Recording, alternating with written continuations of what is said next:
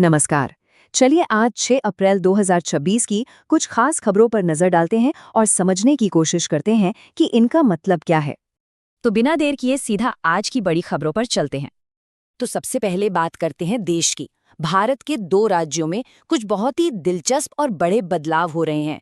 ऐसे बदलाव जिनका असर आप देखिए पूरे देश पर भी पड़ सकता है। तेलंगाना से एक बहुत बड़ी पहल सामने आई है, भू भारती पोर्टल। ये पोर्टल आप समझिए लैंड रिकॉर्ड्स के मामले में एक क्रांति लाने जैसा है। जरा सोचिए, जमीन से जुड़े सारे काम कितने ज्यादा आसान और ट्रांसपेरेंट हो सकते हैं। तो ये पोर्टल असल में करता क्या है? देखिए, ये 3 बड़ी समस्याओं को एक साथ सुलझाता है। पहला, जो सारे रिकॉर्ड्स इधर उधर बिखरे रहते थे वो अब एक जगह पर हैं। दूसरा, जो प्रक्रियाएं बहुत उलझी हुई थीं उन्हें आसान बनाया गया है। और तीसरा, धोखाधड़ी और विवाद का डर भी कम होगा। मतलब सब कुछ एक ही जगह। अच्छा, तेलंगाना के बाद अब चलते हैं पंजाब। यहाँ भी एक बहुत बड़ी खबर है। राज्य सरकार ने एक ऐसा सर्वे शुरू किया है जो वहाँ की सामाजिक और आर्थिक तस्वीर को पूरी तरह से समझने में मदद करेगा, शायद बदल भी दे। और जैसा कि हम जानते हैं, पंजाब को भारत का अन्न भंडार भी कहते हैं। तो जब सर्वे ऐसी जगह पर होता है तो ये और भी ज्यादा जरूरी हो जाता है। इससे ये समझने में मदद मिलेगी कि देश के किसान असल में किन मुश्किलों से गुजर रहे हैं। तो ये तो हुई राष्ट्रीय पहलें। अब बात करते हैं उन लोगों की जो इस हफ्ते खबरों में छाए रहे। स्टील अथॉरिटी ऑफ इंडिया यानी सेल में एक बड़ा फेरबदल हुआ है। अमरेंद्र प्रकाश की जगह अब कृष्ण कुमार सिंह अंतरिम प्रमुख बनाए गए हैं। अब देखना ये होगा कि उनके आने से कंपनी किस नई दिशा में आगे बढ़ती है। अच्छा, अब साहित्य की दुनिया से एक खबर। जो लोग किताबें पढ़ना पसंद करते हैं उनके लिए अच्छी खबर है। लेखक आशुतोष अग्निहोत्री की एक नई किताब आई है जिसका नाम है सब पर राम तपस्वी राजा, और इसे लॉन्च किया है मणिपुर के गवर्नर ने।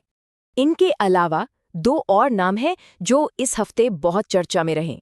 एक है क्रिस्टीना कोच, जो स्पेस में एक नया इतिहास लिखने जा रही हैं, और दूसरी है एक छोटी सी शतरंज की जादूगरनी जिनकी कहानी तो वाकई सुनने लायक है। तो ये तो थी राष्ट्रीय खबरें और कुछ खास लोग। अब जरा दुनिया में क्या हो रहा है उस पर भी एक नजर डाल लेते हैं। हमारे पड़ोसी देश श्रीलंका के लिए एक बड़ी और राहत भरी खबर है। वर्ल्ड बैंक ने श्रीलंका की इकोनॉमी को सहारा देने के लिए 5 साल की एक स्ट्रेटेजिक पार्टनरशिप शुरू की है। उम्मीद है कि इससे देश को अपने आर्थिक संकट से बाहर निकलने में काफ़ी मदद मिलेगी। अब बात स्पोर्ट्स की। बांग्लादेश ने सैफ अंडर 20 चैंपियनशिप 2026 का खिताब जीत लिया है, एक शानदार जीत। चलिए अब आखिर में बात करते हैं खेल और संस्कृति की, जहां एक ग्लोबल सेलिब्रेशन है और एक हैरान कर देने वाली उपलब्धि भी।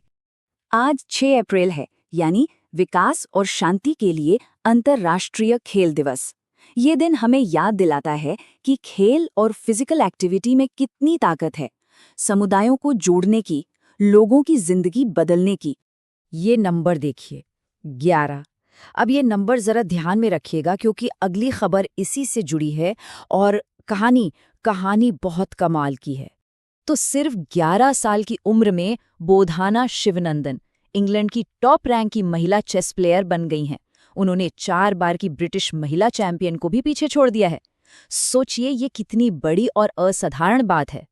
तो आज की इन सारी खबरों को जब हम एक साथ देखते हैं तो एक सवाल उठता है, भविष्य के कौन से बड़े संकेत इनमें छिपे हैं?